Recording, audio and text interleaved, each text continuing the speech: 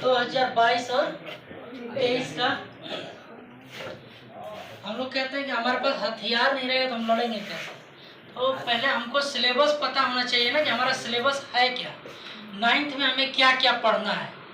तो कुछ चैप्टर गद से और कुछ चैप्टर आपके पद से कट कर दिया गया है। क्यों? क्योंकि अभी बीच में जो कोरोना का महामारी चल रहा था उसको देखते हुए पिछले साल और भी चैप्टर कम किए गए थे, लेकिन इस साल बढ़ा दिया गया है। तो कौन कौन से चैप्टर है जो यहाँ से कट कर दिया गया है और यहाँ से यानी गद से कौन से चैप्टर कट कर दिए गए हैं और पद से कौन से चैप्टर कट कर दिए, इसके बारे में हम लोग समझेंगे थोड़ा सा। देखिए 9th का जो हिंदी है आपका 2 बुक है, सबको पता है? Yes sir. क्षितिज और कृतिका। क्षितिज को 2 खंड में बांटा गया है, एक है आपका गद्य खंड और एक है पद्य खंड। ये कई बार बता चुका हूँ कि गद्य क्या होता है और पद क्या होता है। गद्य खंड में टोटल आपका बुक में अगर देखा जाए तो टोटल 8 चैप्टर है। कितने? 8 चैप्टर। लेकिन जो अभी एग्जाम में, फाइनल एग्जाम में अभी ये क्लियर नहीं हुआ है कि टर्म 1 से भी इसमें से चैप्टर आएंगे कि नहीं। ये सारी चीज़ें अगर जैसे ही क्लियर होगा मैं एक वीडियो और बनाऊंगा, उसमें आपको सब क्लियर कर दूंगा।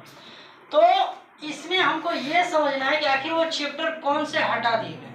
तो टोटल मैंने 8 चैप्टर बताया है, यहाँ पे टोटल आप 6 ही चैप्टर देख रहे हैं। पहला चैप्टर 2 बैलों की प्रेम कथा, जो मैं इसको पढ़ा भी चुका हूँ, एक्सप्लेन भी कर चुका हूँ, क्वेश्चन आंसर भी लिखवा दूँ, कंप्लीटेड है ये। दूसरा है लहासा की ओर, ये भी चैप्टर हो गया है कि नहीं हुआ है? हो गया है। यानी इस तरह गद्य चैप्टर में हमारे 2 चैप्टर कंप्लीटेड हो गए। इसके बाद 4 चैप्टर और रह गए हैं पढ़ने के लिए। उपभोक्तावाद की संस्कृति, जिसको लिखे हैं कौन? श्याम चरण दुबे। अगला है सांवले सपनों की याद, जाबिर हुसैन साहब ने लिखा, बहुत अच्छा स्टोरी है। इसमें चिड़िया का वर्णन किया गया है कि चिड़िया के प्रति भी लोगों का दयावान होना चाहिए कि नहीं होना चाहिए, उसके बारे में बताया गया है। और अगला है प्रेमचंद जी के फटे जूते। अब देखिए प्रेमचंद जी तो खुद ही एक राइटर थे, लेकिन उनकी स्थिति को देखकर, उनकी परिस्थितियां को देखकर, उनकी गरीबी को देखकर कौन राइटर लिख दिया उनके बारे में? हरिशंकर परसाई। उस जमाने के एक राइटर रहे हैं, कवि लेखक रहे हैं, और उन्होंने प्रेमचंद जी की दुर्दशा के बारे में ही लिख दिया कि इतने बड़े राइटर हैं और उनका पता चलता है कि जूते वाला जो अंगूठा है वो फटा हुआ है। ठीक है ना, जब फोटो खिंचवाने के लिए बैठते हैं तो देखते हैं उनका जूता जो अंगूठा वाला हिस्सा, अंगूठा बाहर निकल कर झांक रहा था। तो जब इस चैप्टर को हम लोग पढ़ेंगे अच्छे से तो उसमें सारी चीजें एक एक बातें क्लियर होंगी। नेक्स्ट है मेरे बचपन के दिन, इसके राइटर हैं महादेवी वर्मा। आप लोग वहाँ पर नोट कर लीजिएगा, मेरे बचपन के दिन महादेवी वर्मा।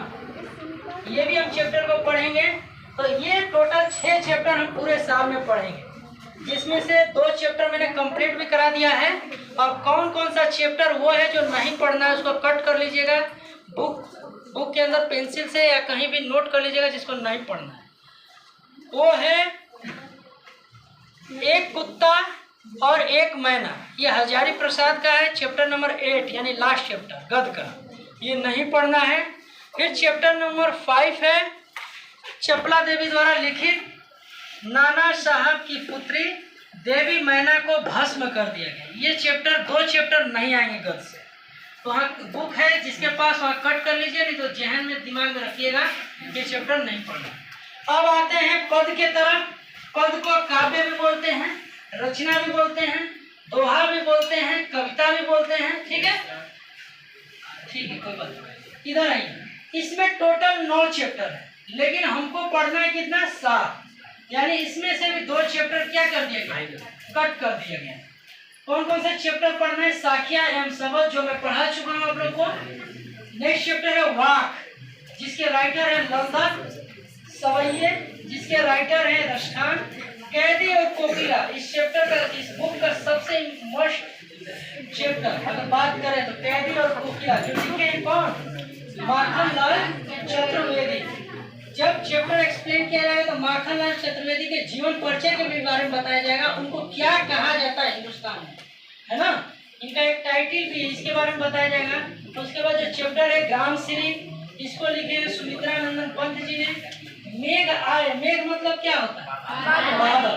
जब बरसात का मौसम होता है, बादल छा जाते हैं, तो उसके बारे में ये कविता लिखा गया है सर्वेश्वर दयाल सक्सेना के द्वारा। और लास्ट चैप्टर है कि बच्चे काम पर जा रहे हैं।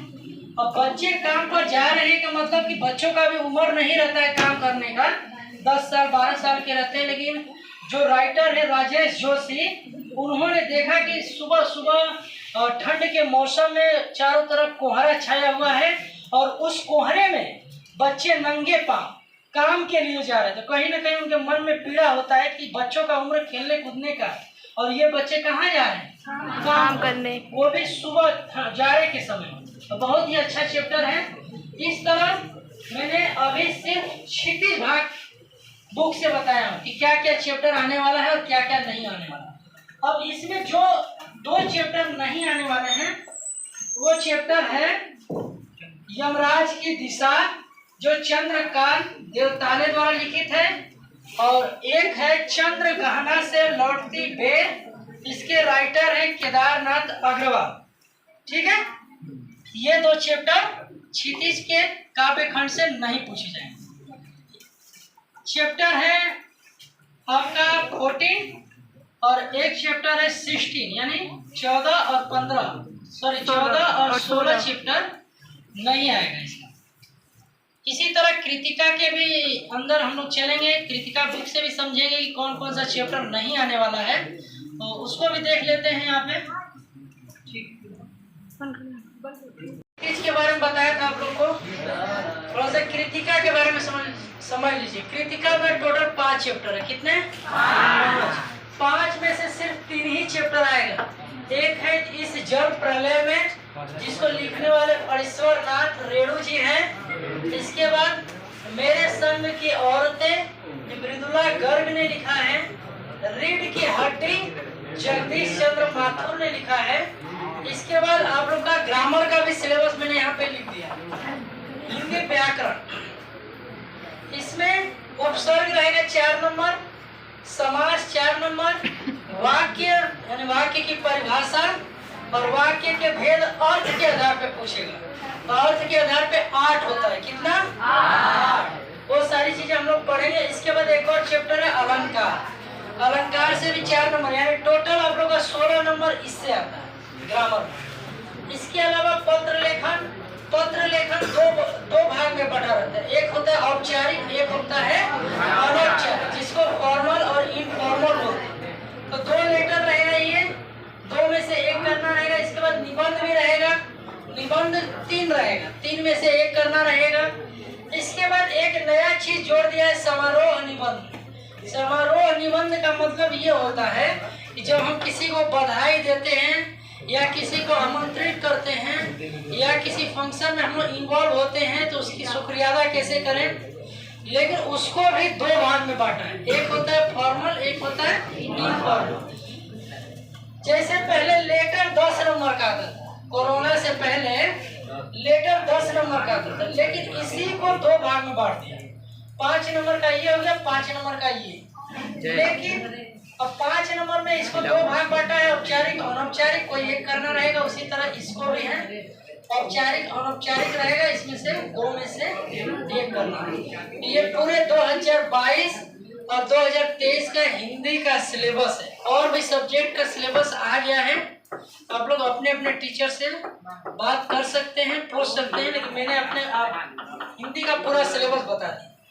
तो सबसे पहले सिलेबस जरूर लिख लीजिएगा सारे लोग, क्योंकि हमें पता ही नहीं रहेगा कि हमको क्या पढ़ना है, और जब वही नहीं चीज मालूम रहेगा तो कैसे हम लोग आगे चलेंगे। तो सबसे पहले सिलेबस जानकारी करना बिल्कुल जरूरी है। ठीक है।